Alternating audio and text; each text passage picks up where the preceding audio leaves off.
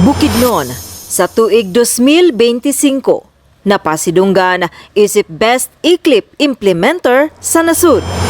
So kani ato ang programa dinhi karon sa reintegration.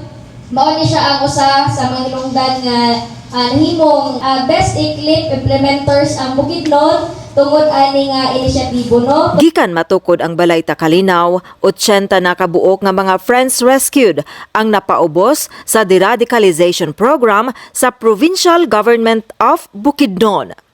Sa maong ihap, upat kanila ang malampusong nahatod ngadto sa mga silingang probinsya alang sa ilang discharge case conference for their reintegration program. Kini ang mga lugar nga napili sa Friends Rescued diin sila magsugod sa pagkinabuhi uban sa ilang pamilya. Bukidnon. Sa Las Nieves, Agusan del Norte, usa ka batan-on kaniadto ang nahimulag sa iyang pamilya. Karon, kapin usa ka dekada na ang nakalabay, sila subling magkita ug magtinabangay. Mga kaigsuunan, atong lantawon ang lain na usab nga success story sa Provincial Government of Bukidnon sa pag-implementa sa Provincial Enhanced Comprehensive Local Integration Program. Dako gid akong pasalamat siya kay gitabangan niya ang mga kung sa ko gitabangan ko niya para okay kung wala unta siya wala gid unta pud karon sa Balay Kalinaw hindi ko nahan ako karon. Dako kaya akong pasalamat sa gobyerno man na diba sa dako kaya akong pasalamat sa iya. Walay kabutangan sa pasalamat na ako siya. Di kaya na ako matagi-tagi ang pagkakon pero kinatibukan ako salamat ijay sa iyang pagtabang.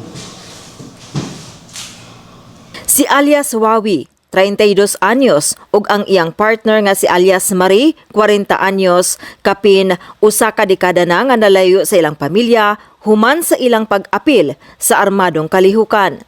Ang kakapoy sa kinabuhi sa kabukiran, nagkaluya nga panglawas ug ang dako nilang pangandoy nga makig-uban pag-usab sa ilang pamilya, maoy nagtukmod kanila sa paghimo sa labing importante nga desisyon sa ilang kinabuhi. Nakita na ako bang mas maayo gid diri kontra sa bukid. Sa ko.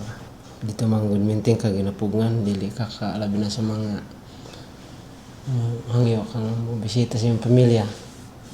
Dili dali matubag ang imong mga problema ba. Gusto man ako nga makauban sa ako ang pamilya. Anong nakababa ko? Tungod sa sobra na po ako ang kahadlok. Sulod sa duha ka bulan, giablihan kanila ang pultahan sa Balay Takalinaw pinaagi sa deradicalization and reintegration program. Dinhi, ilang nasinati ang psychosocial support, values formation, peace building sessions ug lain-laing interventions nga nagtudlo kanila nga adunay ikaduhang higayon alang sa matag usa. Isa po, ang dako po niya ako pong mga rason ng ano nga kuan. Gikapoy po yung kadlok, kapoy. Magini ako, dako ganyan rason ako. Mahal ko na akong pamilya gid. Gusto gina akong makauban siya. Alang kang alias Wawi, ang labing dakong ganti dili kwarta. Kundili ang higayon nga magkita sila pag-usab sa iyang inahan ug sa iyang mga igsuon human sa 11 ka tuig nga pagkahimulag. So naman, di magigumutoso na ginoso na bisan sa mga kan pero din na ako na siya ni tinawgid ba ko gayo. Dili pa sakto nga naman dili pa kadulay day ang tananday. Kinahanglan pa day nga napaday lugway sa napaday lugway ba nga anong maka-usab pa ang tao. Karon, andam na silang mubalik sa ilang gipiling komunidad, isip malinawon og produktibong mga miyembro sa katilingban. Karon as of June nanatay na cater didto nga mga completers 80 na ni a total of 80 na ni sila kabuok. Major na tumong sa Balay Kalinaw ang localized deradicalization program sa pagpalig-on sa ilahang emosyonal, espiritual, tanan sa ilahang kaugalingon, gituduan po sila sa ilahang skills training nga gikandak sa ato ang mga partners. Sa Las Nieves, Agusan del Norte, maakuhon ang mga opisyal dinhi sa paghangop og pag-agak kanila suporta sa ilang maisugon nga desisyon nga talikdan ang naandan nga kinabuhi sa lasang og mubalik sa komunidad diin nila gitalikdan kaniadto ang mga tawo nga kanila bug-os nga nagmahal. Please extend my gratitude to Governor O'Neil sa iyahang pag-facilitate no sa ato ang mga FR hangtod sa inyo gid silang gihatod dinhi sa Las Nieves.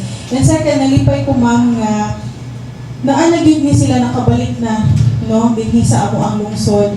And swerte kaayo pud ni dinhi sa Agusan del Norte ma'am kay ang among governor grabe gid niya kapinangga ang mga FRs. Tagaan silang balay, tagaan silang livelihood, tanan na gyud ang ihatag. Meaning, ang kulang na lang yun ang atong kaugalingong pagpanikamot para makatransition yun na successfully.